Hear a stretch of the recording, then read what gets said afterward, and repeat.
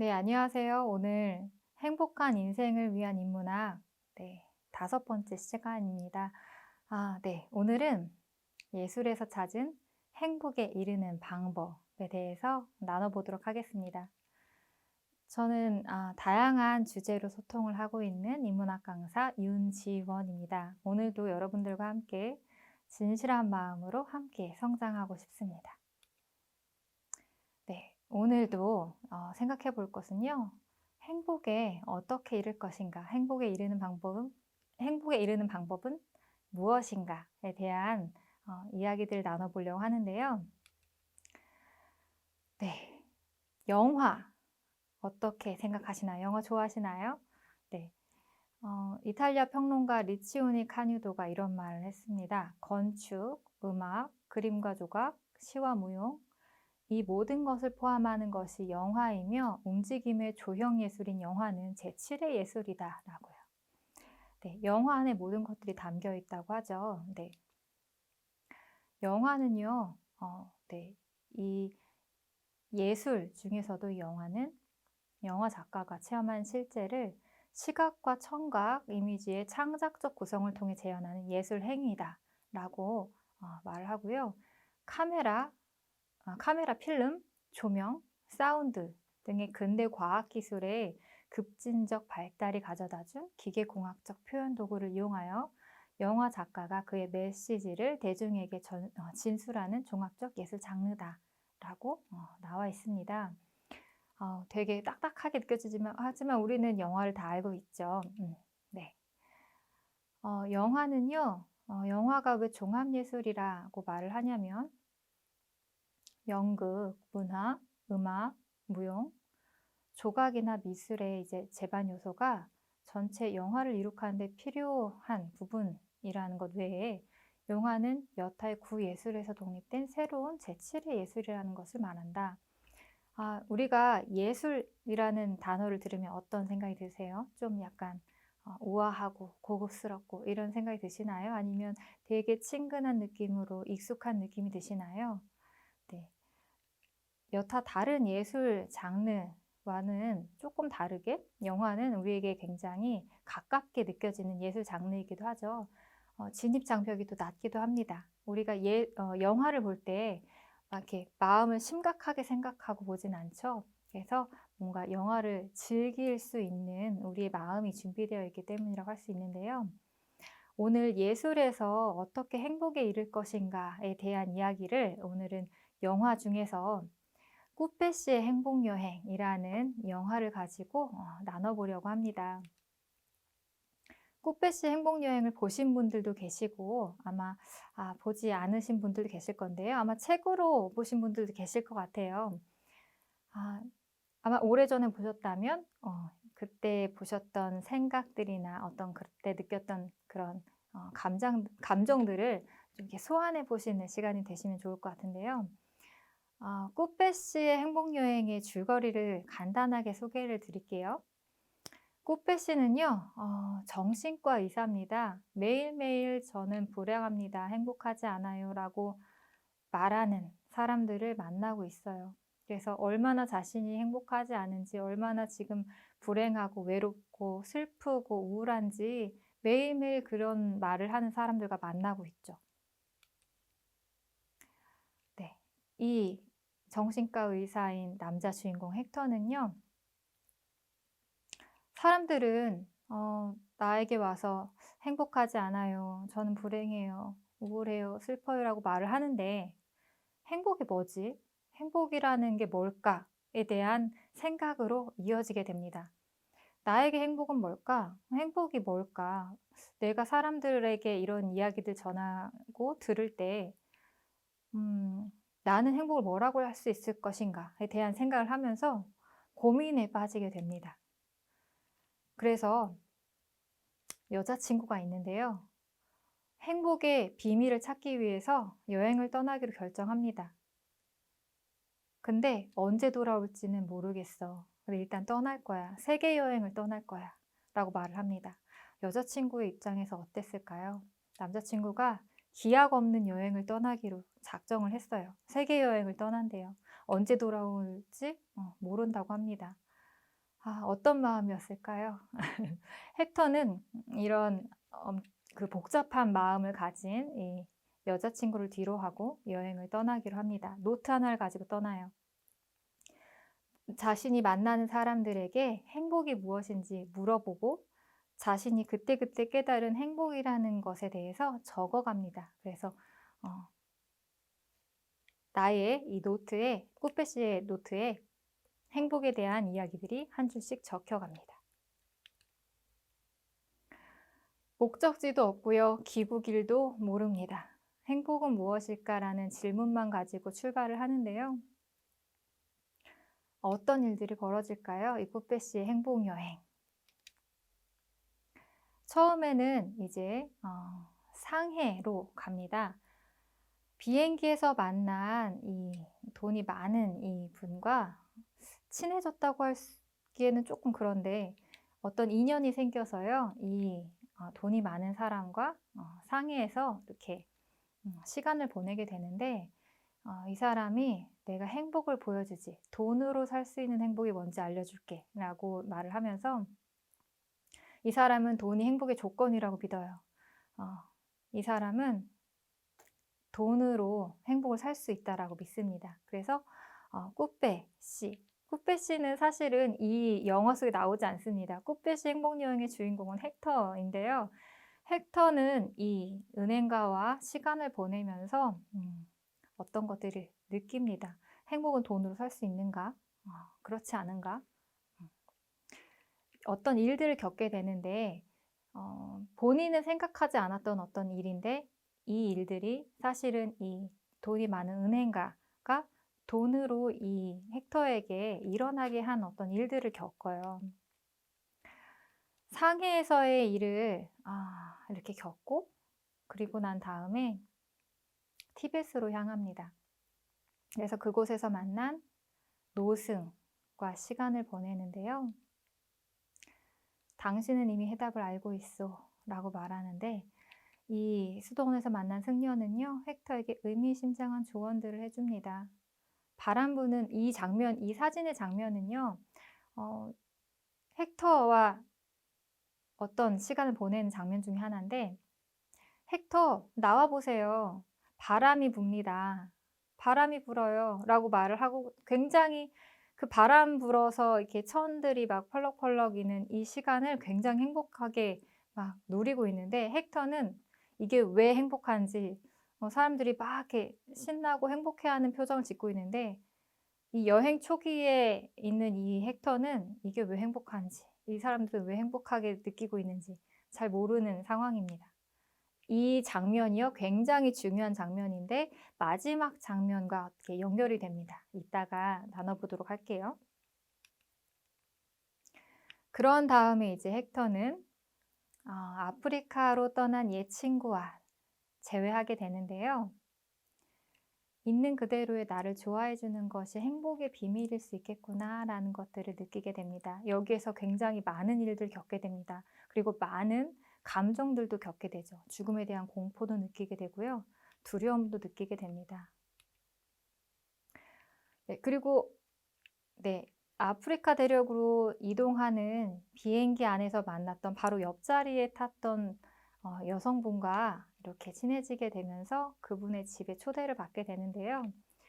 이 여성분은 행복은 고구마 스튜, 가족, 집이라고 말을 하기도 하고요. 안전하게 학교에 가고 안전하게 집을 오가고 하는 이런 것들을 행복이라고 말합니다. 지금 우리가 느끼고 있는 이런 삶이 사실은 누군가가 굉장히 원하고 있기도 하고 감사하게 느끼고 있는 환경이라는 것들을 좀 느낄 수가 있습니다. 헥터가 죽을 고비를 만나는데요. 테러리스트에게 납치를 당했었거든요. 그래서 죽을 뻔한 일들도 겪게 됩니다. 이때 죽음의 공포도 느끼고요. 굉장히 극심한 두려움도 느끼게 됩니다. 헥터가 자신의 치료할 수 있는 그 상담실에서 있었다면 체험하지 못할 그런 감정들이죠. 네, 그리고 이 헥터가 비행기 안에서 굉장히 불치병 환자를 도우면서 어떤 것들을 깨닫게 되는데요. 삶에 대한 희망을 깨닫게 됩니다. 죽음을 앞둔 불치병 환자를 도우면서요. 죽음을 두려워하는 사람이 삶도 겁내죠라는 말을 하는데 이 말도 굉장히 의미 있게 다가옵니다. 죽음을 겁내시나요? 죽음이 두려우신가요? 어떠신가요? 사실 저는 죽음이 어떤 때 굉장히 두려운 마음이 들 때도 있는데요. 자기 직전에 가끔 그런 마음이 들 때가 있습니다. 내일 당장 내가 지금 잠이 들고 나서 내일 깨어나지 않으면 그것은 죽음이라고 할 수 있겠지? 라는 생각이 들 때 되게 무서운 마음이 들기도 하거든요. 예전에 이런 마음이 든 적이 있어 라고 제가 10대 청소년들에게 강의를 할 때 이런 이야기를 한 적이 있는데 한 학생이 선생님 그렇게 극단적으로 사시면 안 돼요 라는 말을 하더라고요. 굉장히 또 깨달음이었습니다. 그렇구나.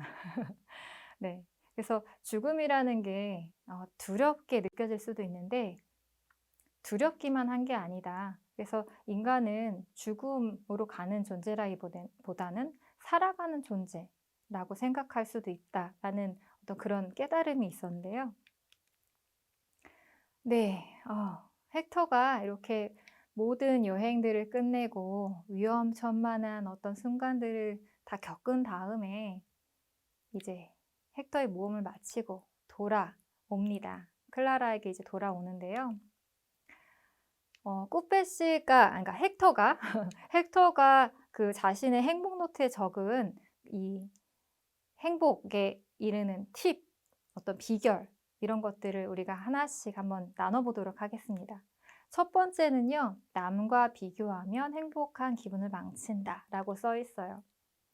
네, 어떻게 생각하시나요? 우리가 심리학에서 찾은 행복에 이르는 방법에서도 우리가 전 시간에 이런 부분들을 나눠봤는데요. 비교를 하는 순간 우리는 우열이 나눠지잖아요. 내가 우월함을 느낄 때도 있고 내가 열등하다고 느낄 때도 있는데 우월하다고 순간적으로 느끼는 순간에도 그것은 진정한 행복이 아니다라는 이야기들을 우리가 나눴었잖아요. 네, 남과 비교하면 행복한 기분을 망친다. 네, 어떻게 생각하시나요? 헥터의 첫 번째 행복 노트에 적혀 있는 말입니다. 네, 두 번째 노트에는 이렇게 적혀 있습니다. 많은 사람들은 돈이나 지위를 갖는 게 행복이라고 생각한다. 우리가 철학과 심리학에서 찾아봤었잖아요. 행복에 이르는 방법들. 네, 거기에서 사회적 지위라든지 아니면 객관적인 어떤 우리가 얻은 성과라든지 이런 것들은 일시적인 만족감을 주지만 사실은 지속적인 행복을 주는 것과는 좀 거리가 있다라는 말들을 우리가 지난 시간에 나눴는데요. 어떻게 생각하세요? 돈이나 지위 그리고 행복이랑 어떻게 연결이 될까요? 내가 원하는 지위에 올라가면 나에게 지속적인 행복이 찾아올까요? 지금 어떤 지위 아니면 어떤 돈의 어떤 액수를 원하시는 부분이 있으신가요? 네, 꾸페 씨가 두 번째로 이렇게 적은 행복에 이르는 방법 어떻게 생각하시는지 곰곰이 생각해 보시면 좋겠고요.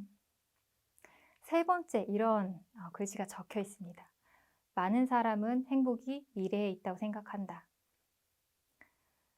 네, 행복이 미래에 있다고 생각한다면 지금은 행복하지 않다라는 말이 전제가 되죠. 지금 행복하지 않은데 미래에 행복할 수 있을까? 굉장히 철학적인 고민들로도 이어지기도 하는데요. 지금 행복하신가요? 아니면 지금은 행복하지 않은 게 당연해. 행복은 미래에 있어 라고 생각을 하시나요? 우리가 그 시대별 행복관 이야기 나눌 때 중세 기억나시나요? 중세의 행복관은 중세 기독교적 관점에 지배를 받고 있었다고 우리가 얘기를 나눴잖아요. 중세 기독교적 관점은 우리에게 지금은 삶은 고통이고 진정한 행복은 우리가 죽은 이후에 그때 찾아온다라고 말을 하고 있잖아요. 그래서 지금 당장은 고통인 게 당연하다. 어떻게 생각하시나요? 우리 지금 느낄 수 있는 행복들이 있을 수 있는데 나의 행복은 미래에 있을까요? 사실 미래는 찾아올지 안 올지 모르겠어요. 왜냐하면 그 미래도 우리가 미래라고 느낀 그 순간에 우리가 그 순간에 다시 이르게 되면 그 순간 또 현재가 되잖아요. 항상 오지 않은 미래의 행복이 있다라고 생각한다면 지금 누릴 수 있는 현재의 행복을 놓치면서 지내는 것은 아닌가 하는 생각을 또 하게 됩니다. 네, 네 번째, 요거는 두 여자를 동시에 사랑할 자유가 행복일지도 모른다라고 써 있는데요. 헥터가 남성이기 때문에 스토리상에서 두 여자를 동시에 사랑할 자유가 행복일지도 모른다라는 그 문장이 써 있는데요.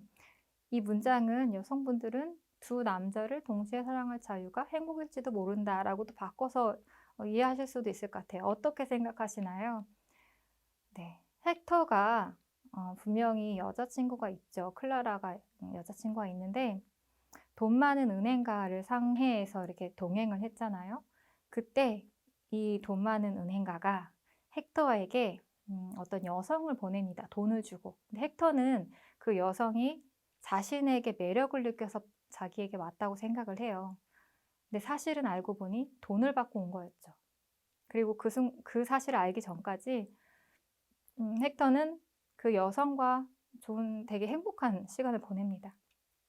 그리고 적어요.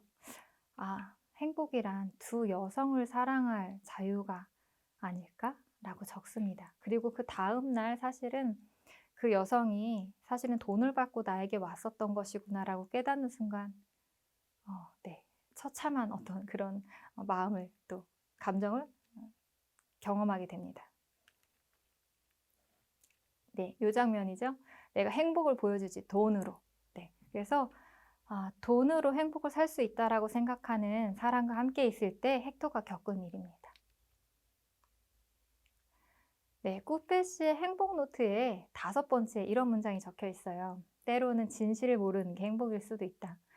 어제는 나에게 매력을 느껴서 온 거라고 생각했던 이 아름다운 매력적인 여성이 사실은 돈을 받고 나에게 온 거구나라는 사실, 진실을 알게 됐을 때 이 헥터가 느꼈던 마음은 행복과는 좀 거리가 있겠죠.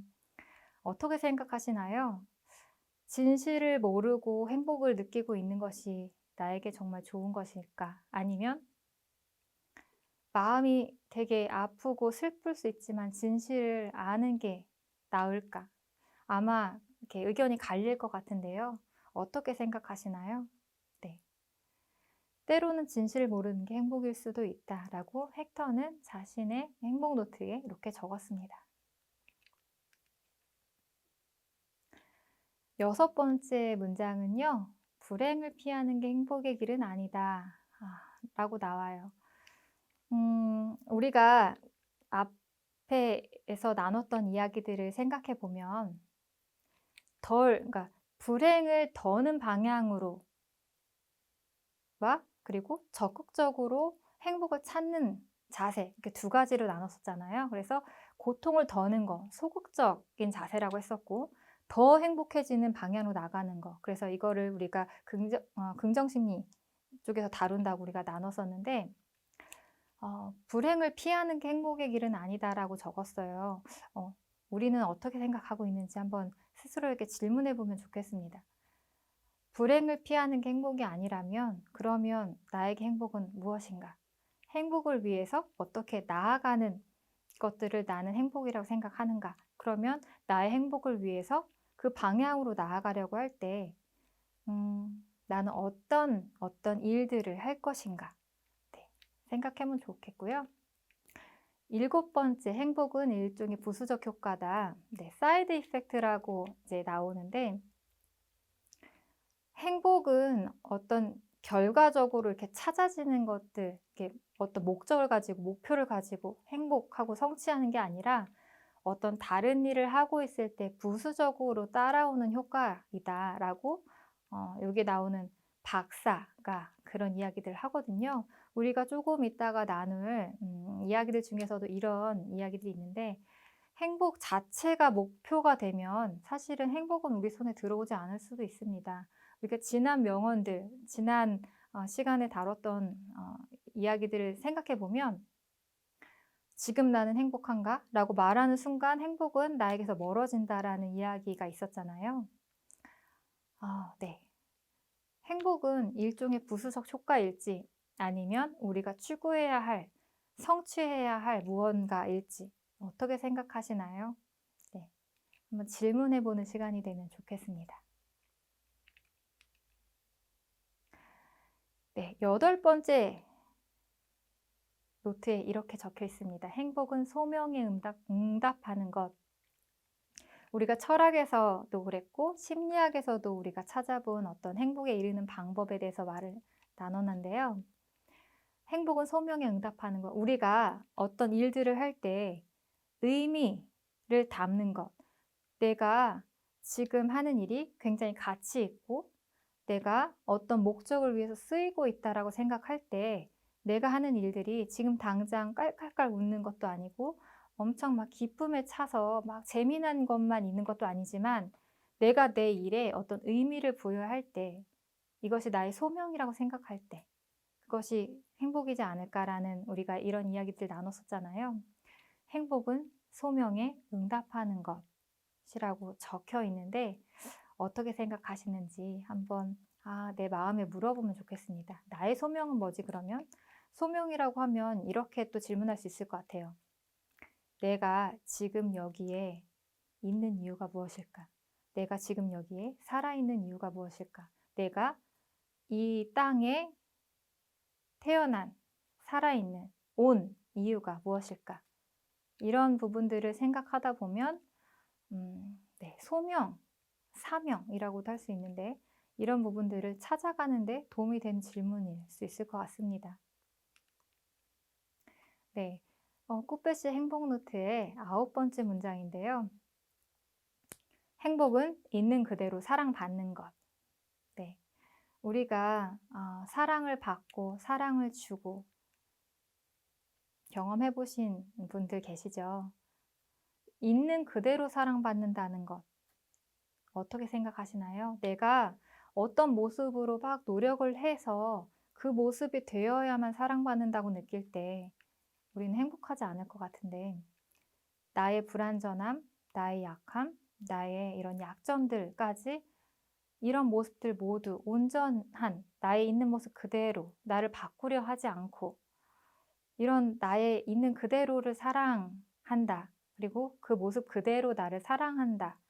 사랑받고 있다라고 생각할 때 어떤 기분이 드실까요? 굉장히 충만하고 평온하고 만족스러울 것 같아요. 반대 상황을 생각해 보면 우리가 그 감정들을 느낄 수 있을 것 같은데요.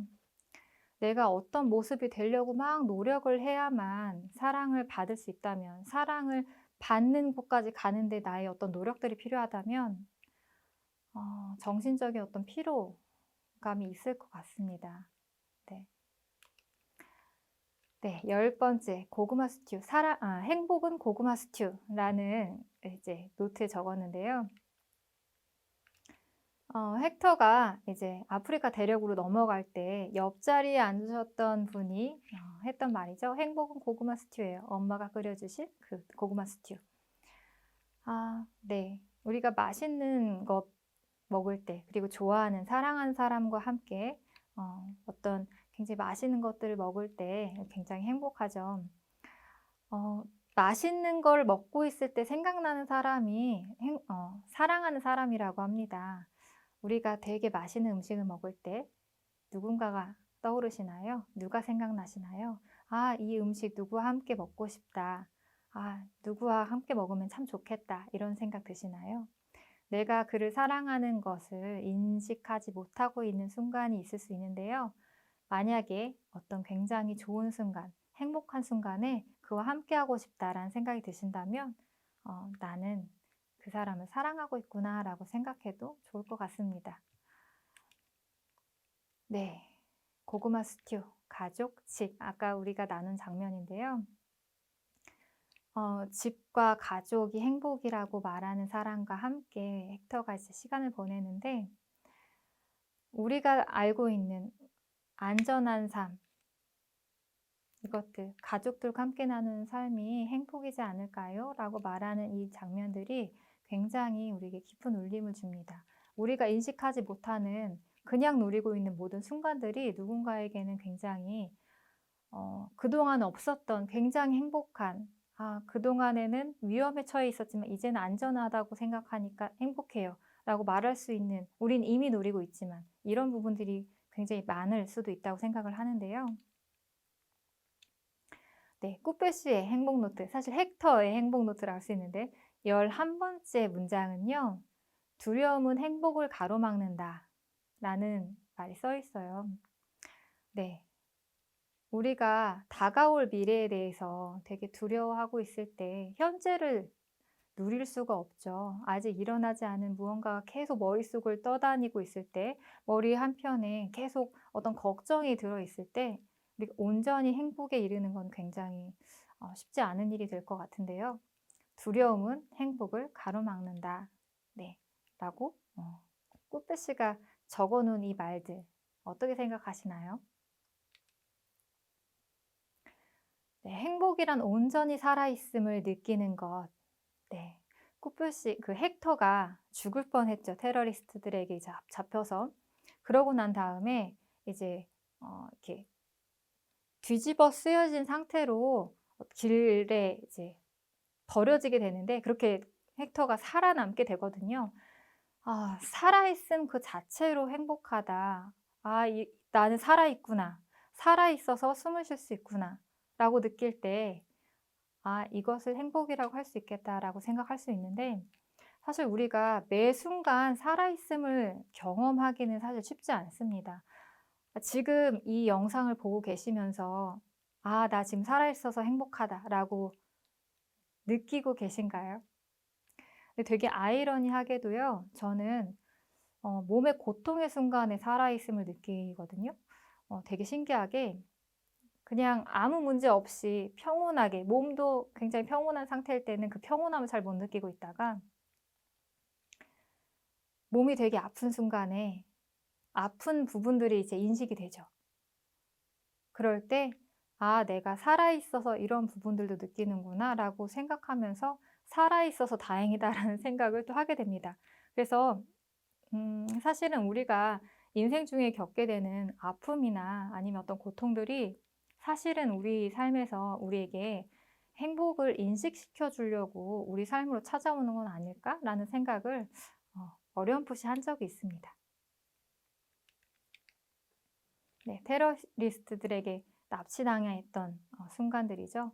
영화를 보시면 좋겠어서 제가 너무 자세한 이야기들은 드리지 않았는데요. 꾸페시 행복여행은 책으로 읽으신 분들도 많고 그리고 영화로 보신 분들도 많은데요. 안 보신 분들은 보시면 좋을 것 같아요. 추천드립니다. 네, 13번째. 네, 행복은 좋은 일을 기뻐할 줄 아는 것. 네, 행복은 좋은 일을 기뻐할 줄 아는 것. 기쁜 일이 있을 때, 어린이들 기쁜 일 있을 때 아주 작은 일에도 굉장히 깡총깡총 뛰면서 기뻐하는 거 보신 적 있으시죠? 그것들을 보고만 있어도 행복해지잖아요. 네, 기쁜 일에 있을 때 사실 우리가 나이가 들면서 점점 약간 그 자극이 너무나 우리가 무덤덤해진다고 하죠. 어린 시절에는 지금 생각하면 별거 아닌 것들, 그게 엄청난 가치를 가진 게 아닌 것들에도 우리가 되게 기뻐하고 우리가 신나하는데, 점점 나이가 들면서 약간 무덤덤해지고 그걸 좀 권태롭다고도 표현할 수도 있는데, 우리가 기쁨을 잘 누리지 못하는 게 아닌가, 행복을 잘 누리고 있지 않는 게 아닌가라는 생각을 합니다. 그래서 행복은 좋은 일을 기뻐할 줄 아는 것이라는 13번째 문장도 굉장히 마음에 와닿습니다. 14번째 문장은요. 사랑은 귀 기울여 주는 것. 네, 되게 신기한 용어 제가 말씀드릴게요. 말했는데 잘 못 알아듣는 그런 수준의 경청 수준을 뭐라고 하는지 혹시 들어본 적 있으세요?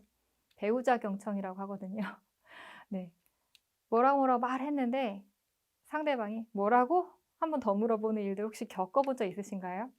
바로 옆에서 이야기 나누고 있는데 말을 이렇게 쭉 했을 때 못 알아들은 거예요. 안 듣고 있는 거죠. 그걸 배우자 경청이라고 말하는 게 굉장히 슬프지 않나요? 네. 음 사실은 사랑이란 귀 기울여 주는 것, 내 말을 잘 들어주는 것, 끊지 않고 잘 들어주는 것, 평가하지 않고 잘 들어주는 것. 그럴 때 사랑받는다고 느낄 수 있고요. 그 순간에 또 행복하다고 느낄 수 있을 것 같습니다. 네, 향수는 향수일 뿐이다. 이 말은 왜 적혀 있냐면요. 우리 정서랑은 조금 다르게 느껴질 수도 있는데 이 헥터 씨가요. 자신의 첫사랑을 어떤 마음의 어떤 것들을 이제 해결하고 싶은 마음이 있어서 첫사랑을 찾아갑니다. 네. 그곳에서 헥터가 느끼는 거예요. 향수는 향수일 뿐이구나. 네. 어떻게 생각하시나요? 지나간 것에 대해서 우리가 향수는 향수로서 느끼는 것이 맞다고 느낄 수도 있고 아닐 수도 있다고 느낄 수도 있는데요. 네. 어떻게 생각하시는지 궁금합니다. 우리는 다 행복할 의무가 있다. 네. 이 말은 사실 노트에 써 있는 거는 아닌데요. 꽃배 씨가 헥터가 발견한 어, 어떤 행복에 이르는 비결이라고 할 수 있습니다. 이 얘기는 조금 있다가 한 번 더 다룰 거니까 넘어갈게요. 네, 관계의 물리학이라는 책이 있는데요. 림태주 시인이 쓴 이 관계의 물리학이라는 책에 이런 부분이 나와요. 행복의 질량편에 나오는데 행복이 모자라다고 느껴질 때 웅크려 있지 말고 밖으로 나와서 가슴을 활짝 펴고 폴짝 뛰어오르면 좋다.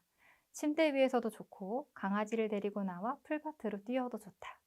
스프링처럼 튕겨오르면 행복 냄새를 맡을 수도 행복을 마실 수도 있다. 양팔을 뻗어 손 안에 잡히는 것이 있으면 그게 공중에 가장 많이 분포하는 행복 물질이다.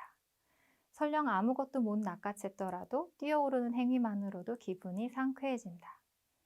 네.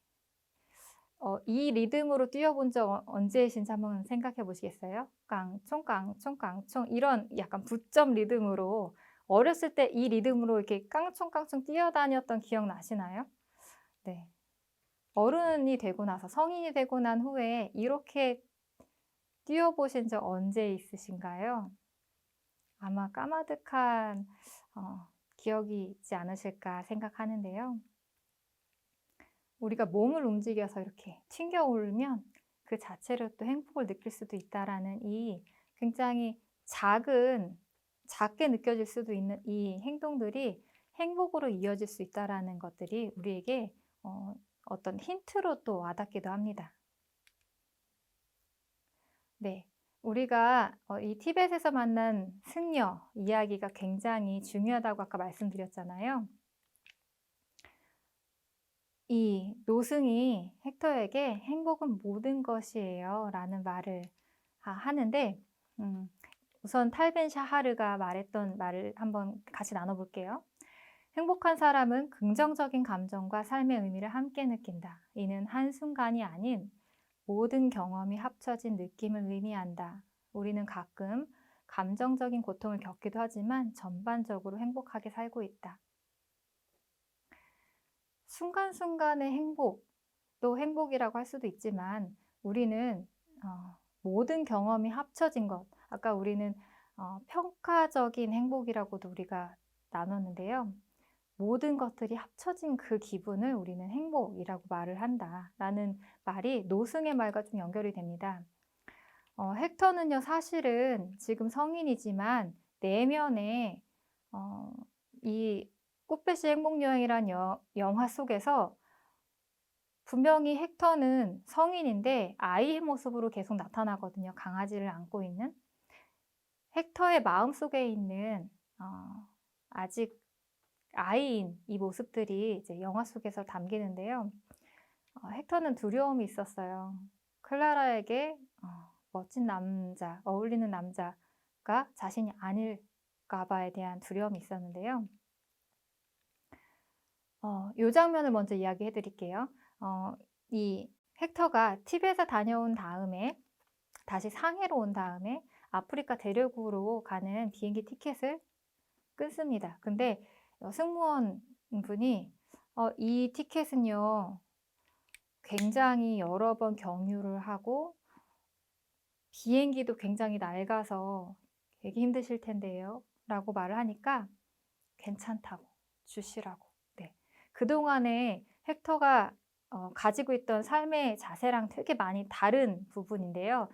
헥터 스스로는 인식을 하고 있는지 모르겠는데 헥터가 굉장히 자신에게도 그렇고 사회, 이 세상 외부 환경에도 그렇고 열려져 가는 어떤 과정을 보여줍니다. 행복은 모든 것. 네, 어떤 의미냐면요. 이 박사님이 어떤 이렇게 머리에 쓰고서 이제 감정이 어떤 부위에서 일어나는지 체크하는 그 실험실 같은 어떤 그 공간이 있는데요. 거기에서 헥터가 어떤 것들을 깨닫습니다. 뭔가 클라라와 이제 여자친구와 통화를 하면서 막 굉장히 많은 것들이 막 생각이 나는 거예요. 그동안 여행을 통해서 느꼈었던 다양한 감정, 공포, 죽음의 공포, 또 두려움, 기쁨, 슬픔, 여러 가지 복합적인 것들이 막 떠오르면서 그 순간 굉장히 충만감을 이렇게 느끼거든요. 그 순간. 그리고 그 장면에서 이 영화 속에서 노승이 말하는 헥터 인생은 모든 것이에요. 모든 것이라는 장면이 연결됩니다. 로버트슨 데이비스가 이런 말을 합니다. 행복은 항상 부산물이다. 성격 나름이며 타고난 것일 수도 있다. 그러나 인생에서 요구할 수 있는 것은 아니다. 자신이 행복하지 않다면 그에 대한 걱정은 그만하고 자신이 생각하는 불행에서 끄집어낼 수 있는 보물을 보라. 네, 행복은 언제나 부산물이다. 파랑새처럼 찾아서 쟁취해야 되는 것이 아니라 무언가를 우리가 하고 있을 때 행복은 따라오는 부산물이라는 거죠. 조지 버나드 쇼는 이런 말을 했습니다. 평생 동안의 행복, 그것을 견뎌낼 사람은 아무도 없다. 그것은 생지옥이나 마찬가지이기 때문이다. 만약에 매일 화창한 날씨 좋아하시죠? 화창한 봄날의 날씨. 그 날씨가 365일 매일매일 그 날씨만 지속된다면 아마 사막이 되지 않을까요? 우리가 매일 기쁜 일만 그것으로 가득 차 있다면 그게 기쁘다는 걸 인식할 수 있을까요? 라고 저는 인식이 되는데요. 네. 행복은 모든 것이라는 말이 우리가 기쁨과 슬픔과 고통과 두려움, 이 부정적인 감정이 사실은 아우 좋아 이라기보다는 그 부정적인 감정들로 인해서 우리가 느낄 수 있는 감사함이라든지 어떤 교훈들, 그리고 그로 인해서 소중한 것들을 깨닫고 감사를 떠올리잖아요. 그래서 이 모든 것들이 다 인생, 행복이란 모든 것이라는 말로 연결되는 것 같습니다. 네, 존 베리가 이런 말을 했습니다. 낙원의 파랑새는 자신을 잡으려 하지 않는 사람의 손 위에 날아와 앉는다. 네, 행복은 부산물이라는 사이드 이펙트라는 말이랑 연결이 되죠. 네, 노승이 이제 영화 말미에 헥터가 집으로 돌아가려고 하는 공항에서 이제 스카이프로 통화를 하거든요. 물어봅니다. 헥터, 행복이 무엇인지 답을 찾았나요? 그랬더니 헥터가 찾았죠. 라는 그 표정으로 누구나 행복할 능력이 있다. 그랬더니 노승이 이렇게 손을 올립니다. 네. 한 번 더 생각해 보라는 거죠. 그랬더니 뭔가 깨닫습니다. 아, 네. 누구나 행복할 권리가 있습니다. 깨달았죠. 그랬더니 이 노승이 헥터 위로. 그때 손뼉을 딱 치면서 헥터가 깨달은 바가 있습니다. 뭐냐면 누구나 행복할 의무가 있다. 행복하지 않으면 너는 의무를 다한 게 아니야. 이런 차원, 이런 측면으로 접근을 하는 게 아니라요. 우리는 우리의 인생에서 행복할 의무가 있다라는 것, 이렇게 좀 접근하면 좋겠습니다. 나의 인생을 행복한 방향으로 이렇게 우리가 인도할, 나의 인생이라는 배를 선장으로서 이렇게 행복한 방향으로 인도할 우리에게 의무가 있지 않나? 라는 차원으로 전 이해를 했는데요. 나의 행복을 구성하는 것들에는 무엇이 있을까 생각을 해보면 좋겠습니다. 그리고 행복을 느끼기 위해 내가 의무적으로 하고 있는 것. 지금 굉장히 깔아지고 뭔가 침울하고 행복하지 않은 순간들이 지속되고 있다면 그럴 때 내가 행복으로 전환시키기 위해서 뭔가 의무적으로 하는 것들이 뭐가 있는지 생각을 해보거나 아니면 적어보시면 좋겠습니다. 내가 생각한 행복이란 우리 첫 번째 시간이랑 연결되는데요. 나에게 행복의 정의, 나에게 행복이란 땡땡이다. 한번 적어보시면 좋겠습니다. 아브라함 링컨이 이런 말을 했어요. 대부분의 사람들은 자신이 마음먹은 정도만큼 행복하다. 자신의 행복을 요만큼이라고 생각하실 수도 있고요. 요만큼이라고 생각하실 수도 있고 한계 짓지 않을 수도 있습니다. 그래서 내가 마음 먹은 만큼 행복하다면 나는 얼마만큼 행복해질 것이라고 생각하실지 한번 여쭤보고 싶습니다. 네, 오늘 참고한 책은요, 림태 주신의 관계의 물리학이고요. 오늘 저희가 다룬 이 영화는 꾸페시의 행복여행이라는 영화입니다. 네, 첫 번째 시간은요, 우리가 행복의 정의에 대해서 생각을 해봤고요. 두 번째 시간에는 행복의 조건, 어떤 요소들이 있을까? 행복을 구성하는 것에는 어떤 조건들이 있을까에 대해서 생각을 해봤고, 세 번째 시간에는요, 철학에서 찾은 행복에 이르는 방법에 대해서 우리가 살펴봤습니다.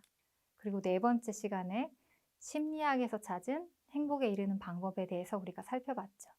네, 우리가 오늘 이 시간에는 예술, 그 중에서도 영화에서 찾은 행복에 이르는 방법에 대해서 생각을 해봤는데요.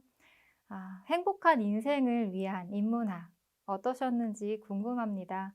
네, 우리가 행복한 인생으로 향하는 선장이 되어서 그 방향으로 향하는 과정에 있다고 생각을 하면 좋겠습니다. 행복한 인생을 응원드리겠습니다. 네. 감사합니다. 윤지원입니다.